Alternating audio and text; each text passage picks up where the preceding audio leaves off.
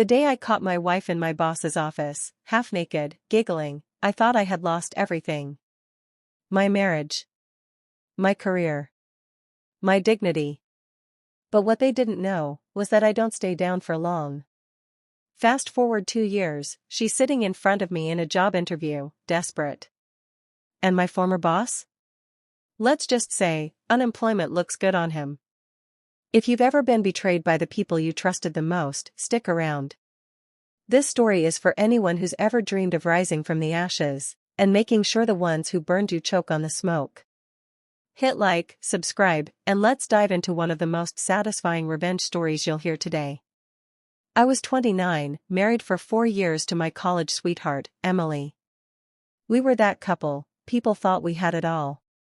On the outside, we were picture perfect.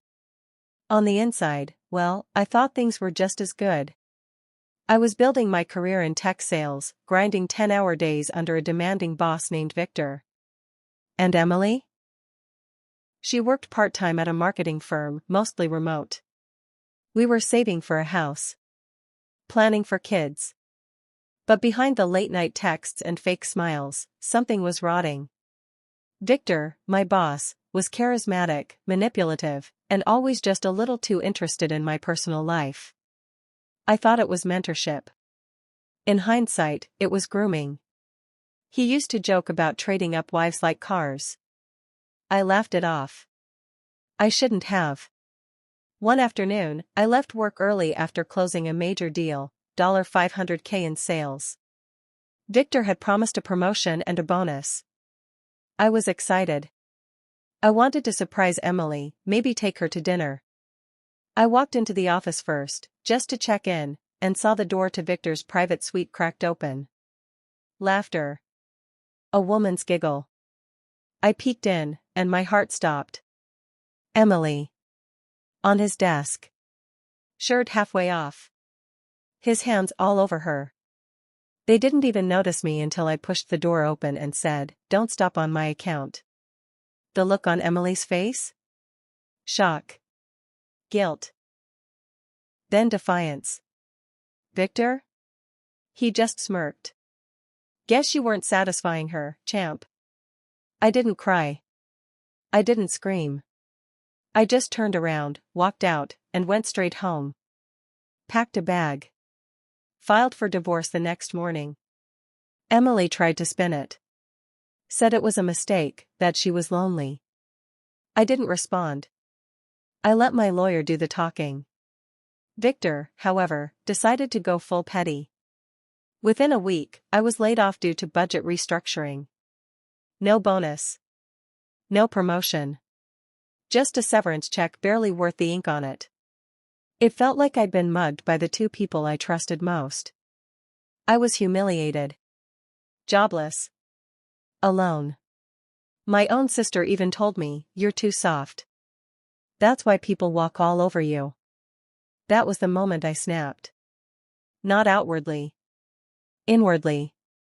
Something broke, and something else woke up. I moved back to my hometown for a few months. Took freelance work in tech consulting. But in that silence, I started building something. I had this idea, an app that could disrupt client management systems for small businesses. Simple, scalable, efficient.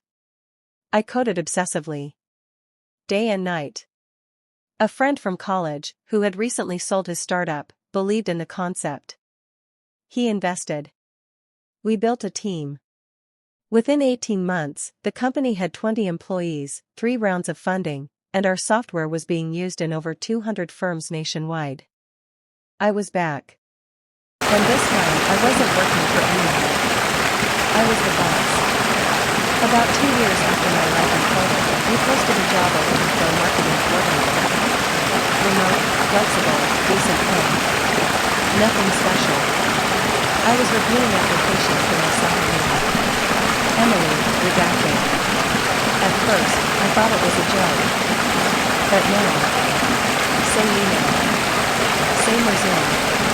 Apparently, karma had done its job. She'd been laid off from her last 2 jobs, had no consistent work for months, and was looking for a fresh start.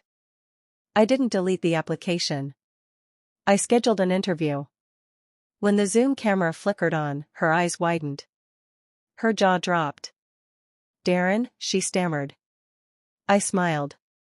"Hi, Emily. Let's talk about your experience." She fumbled through the questions. Her voice cracked. She was visibly sweating. I was calm. Professional. Ice cold. Then I said, "You know, Emily, we take ethics very seriously at this company. Especially loyalty. Can you speak to a time you demonstrated integrity under pressure?" She went pale. I ended the call with, "We'll be in touch." I wasn't. A few weeks later, I was speaking at a tech conference when someone mentioned Victor's company was hemorrhaging money. He'd been sued for sexual harassment. Turns out, he couldn't keep his hands, or ego, in check. A year later, his company folded. Last I heard, he was trying to start a consulting firm from his garage. No investors. No allies. I sent him a copy of our software for free. Just for laughs. Remember my sister who called me too soft? She called me after seeing an article about my company in Forbes. I picked up. She said, "I always knew you had it in you." I replied, "No, you didn't. But thanks for the doubt. It made me rich." Click. That moment, watching Emily grovel on a Zoom call, knowing Victor's empire had crumbled, wasn't just revenge. It was closure. It was watching the people who tried to destroy me fall into the very pit they dug for me. It was power. It was justice. And it felt damn good. Sometimes, revenge isn't loud. It's not slamming doors or screaming matches. Sometimes, it's silent. It's success. It's watching them realize you didn't just survive, you thrived. And they? They lost their seat at your table. If this story gave you chills, smash that like button. And tell me in the comments, what's the most cold, calculated revenge you've ever witnessed? Or dreamed of pulling off? And don't forget to subscribe, because every week, we bring you real stories where karma doesn't just catch up, it serves a 3-course meal.